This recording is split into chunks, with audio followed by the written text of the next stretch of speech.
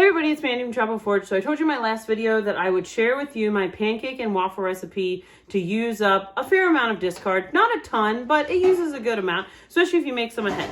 So I have a half-gallon jar here, and I have a lid like this with a hole in it. You don't have to have this, but oftentimes I will make extra of this, put it in the fridge, and then when Zad makes breakfast, this is already ready to go, and he can literally just make pancakes or waffles.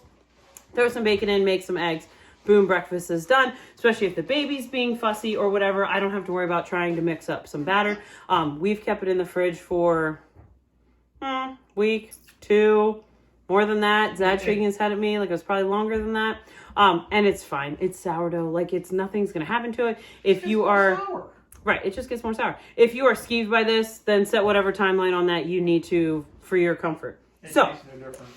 I always use this lid on it because obviously it's going to have some gases in there, just like a sourdough starter would. So that kind of lets some air escape, some gases escape, because we've had it overflow in the fridge like more than once. If you don't have one like this, you can certainly just put a lid on it and don't tighten it down the whole way. Don't fill your jars full.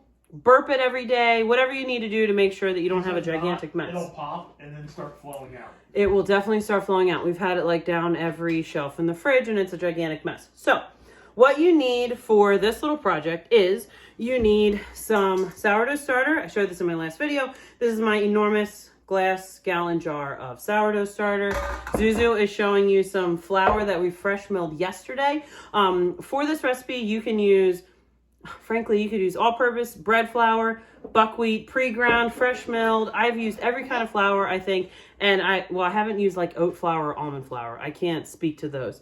But any other of the other kinds of flours, and it will probably be fine. So I kept this in the fridge. This is what I fresh milled yesterday after I made a customer's order, and I knew that I wanted to make this today, and this is perfect. It'll maintain most of its nutrients because we milled it less than 24 hours ago and it was kept cold. If it was going to be longer than that, I would either keep this in the fridge just for like dusting my counter or maybe feeding my starter, or I could pop it in the freezer and it would maintain more nutrients than it would just in the fridge. So you're also going to need salt, baking powder. We have milk here. You could probably sub for water if you want to, but obviously we do milk because why not get a little bit of benefit from that? Some extra protein, richness, blah, blah, blah. You're going to need an egg. Our chickens have started laying some eggs, which is super exciting. Yes? I want to crack an egg. Okay, we're going to crack an egg in there in just a minute. Okay, so this is, I'm not going to cook these for you or, you know, flip them on the stove for you or whatever. I'm basically going to make the batter for you, and then you can go ahead and cook these, or you can put it in the fridge for tomorrow or next week or whenever you need like a quick breakfast. You can do that. So first, now I will read you the ingredients for a single batch.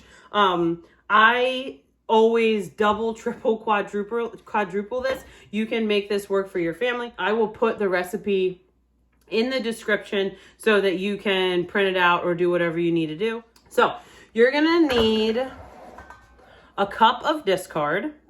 So again, if you have hooch on top, you can pour, hooch is that clear stuff I talked about in my last video. You can pour that off. You can put it in your scrap bin to feed to your animals. You can feed it to the compost. You can frankly pour it into the batter. It's not going to hurt anything. I usually just pour that little bit of extra hooch in there and just go. This is a recipe that really, it doesn't have to be like exact. Like if I put a little bit of extra hooch in this recipe, it is not going to hurt anything. They're still going to come out. You can always add a little bit of extra milk or a little bit of extra flour if you're not happy with the consistency. 2 cups of milk.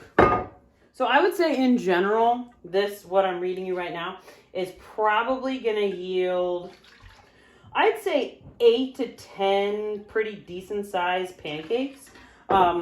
So for us, this would be, like I said, this is a single recipe. You know, assuming everybody has like 2 pancakes or whatever, I typically will, sometimes I've quadrupled it and I'll put it in 2 jars, just because it's just one less thing I have to do throughout the week and it sits in the fridge for a long time. Okay, so you got your 1 cup of discard, your 2 cups of milk. We need 6 tablespoons of melted butter. I'm assuming you could probably use any fat in this. I have definitely used lard. I've used tallow. I don't really know what other fats you'd probably use. Those are primarily the fats in our house. So 6 tablespoons of melted butter. I would say you can pretty much put it in hot. I don't really think that it matters. I know that, you know, a lot of times, like especially in cookies and stuff, you want to melt your butter and then cool it before you put it in. I'm putting this right in the fridge. Even if you were going to cook them right now, it would really probably be a non-issue to put the melted butter directly in. I don't think you're going to have like excessive spreading or anything, but you use your best judgment on that. While our butter is melting, and the thing I love about this recipe is you literally throw it on a bowl, stir it up, cook it or store it. Done. There's no like whisk this in 2 bowls and it's a 1 bowl mess. You're done. You know, again, if you know me, I am all about no nonsense. I don't need extra dishes. I don't need extra steps. I don't need extra silliness. We just need to make good, delicious, wholesome food and not have a ton of cleanup if we can help it. Coming from the cook, you do sometimes need to re-stir because you do get like a little bit of a hooch on top. Oh yeah, if you leave it in the fridge. It sits for like more than a couple days. Yeah.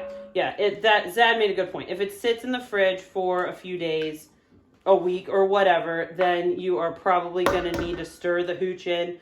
If the hooch wigs you out, again, feed it to your animals, put it in the compost, or do whatever you want. I mean, you could pour it in the trash if you don't have either of those options. I've been working on learning fresh milled pasta, and our first attempt was not fantastic. We have bread down, we have cinnamon rolls down, we made some delicious cake.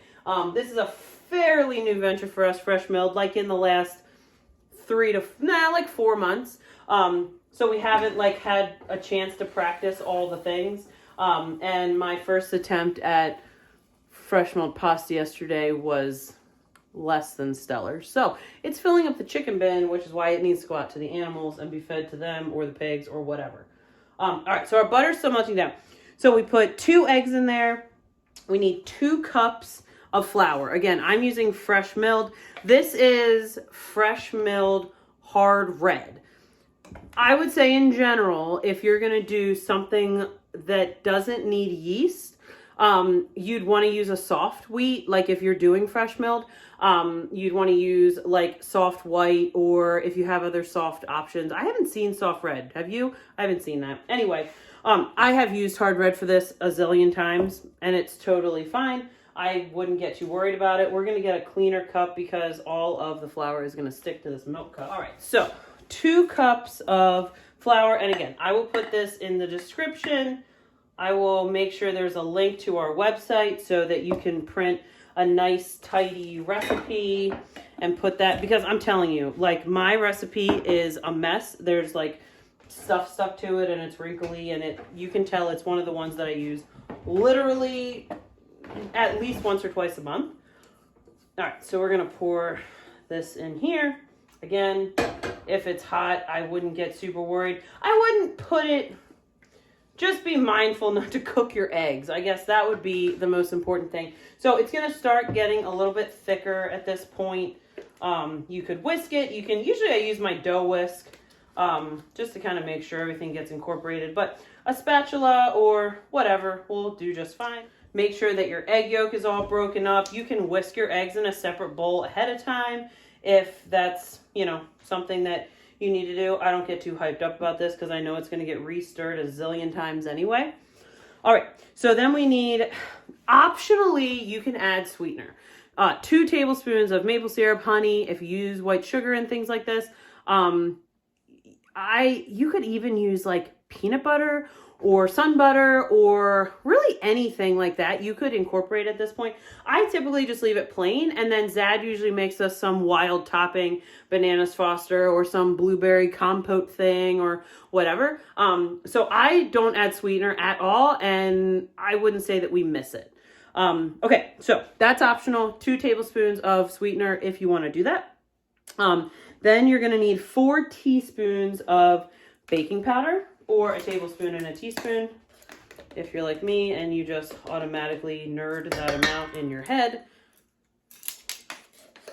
All right, so 4 teaspoons of baking powder, and then a teaspoon of sea salt, or Redmond's real salt, or pink salt, or whatever kind of salt it is that you like in your house. Get that stirred in. Again, I don't really get too hyped up on making sure these measurements are exact. If, for instance, if I had a quart jar in my fridge of like discard and I just wanted to use it up, I would make the recipe work for that. If it was like a little bit less than a quart or a little bit more, or like what, you know what I'm saying? It doesn't have to be super picky, which is why I really like this recipe. This is it. This is all that goes in it. So at this point, what I'm going to do is I'm going to let mine sit here for maybe like 10 minutes. When you use fresh milled flour, because it has the bran, the germ, and the endosperm, it oftentimes needs to autolyse, however you say that. And which basically means the flour needs to soak up water for a little while. If you're using white flour, all-purpose flour, bread flour, whatever, something that was pre-ground, you could probably just pour it right in your container at this point. You could go ahead and cook them up, whatever you want to do. The other thing that I like about this is if I was in a hurry, I could also just pour this in the jar. And then if like that, it's going to thicken up in the fridge because it's cold. It's going to autolyze in the fridge because it's cold. If I wanted to make sure that this was like the exact consistency that I wanted, I could let it sit here and autolyze, add a little bit more flour, add a little bit more milk, whichever way I feel like I need to go. This is one of those things, and I talked about this in my sourdough starter maintaining video, it's kind of just an instinctual thing. Like as you're in the kitchen more, you just kind of learn like this is too dry, this is too wet, blah, blah, blah. So I could just pour this in the jar right now, pop it in the fridge. If Zad pulls it out tomorrow or the next day or whatever, and feels like it's a little thick or a little thin, he can adjust it either way and it will turn out just fine. I would almost always say that I usually just pour it right in this jar and pop it in the fridge. And because it gets cold in there, and obviously as it gets cold, it thickens a little, he'll thin it with a little bit of milk. The other thing you could do at this point is you can, especially if you're going to bake it or cook it. What is pancakes? Bake, cook, flip, grill? So when you griddle your pancakes. So you could add in blueberries, chocolate chips, whatever, pecans, whatever it is that you like to put in your pancakes, you could add that at this point. Obviously, you can just wait and sprinkle them on top on your griddle, whatever kind of suits your fancy. This is the consistency. Like I said, it's probably a little bit thin, but I know that because it's fresh milled, it is going to soak up more of that flour as it sits, and it'll get thicker in the fridge. So we're going to get a canning funnel because we don't need to make more mess. Something I like too about following the measurements that I followed is it makes almost a half gallon, which is tidy to put in the fridge. And we have a good, not quite a pint-ish of space here for gas to do its thing. It's probably going to rise a little bit in the fridge. So like I said, I'm going to put on the lid that I can't find. Found it. So here is some ready to go for the week. So it's Sunday, right? Yeah. Ready to go for the week. Pancake or waffle batter. This is definitely one of those things that they're the most delicious, of course, right off the griddle. But a lot of times, so like I said before, if you're new here, our kids are 4 months. Do you like all that flour? Our kids are 4 months, 3, 5, and 15. So having wholesome snacks, like we don't buy crap at the grocery store, like crap snacks, processed, and we don't even go to the grocery store, touche. So anyway, Zad will almost always make some extra pancakes and put them in the fridge. So that is our favorite recipe for that. I am going to put this in the fridge. I think probably my next video I will bring you will either actually make a loaf of bread or I might bring you some sourdough crackers because I am going to need to use up some of this starter, and sourdough crackers are fantastic. As I mentioned in the maintaining your sourdough starter video, if there are things you want to learn about in regards to sourdough, fresh milled, bread in general, or whatever, let me know in the comments. So that's coming at you here with some crackers. They are like fantastic. Seriously, it is the best way. These came out pretty thick. They're still delicious. No, Jamie you can make was helping you. Yeah, Jamie was helping, so they're a little bit thick, but oh, they're so yummy. So I'll bring you that here soon. Thanks for watching. We'll see you guys next time.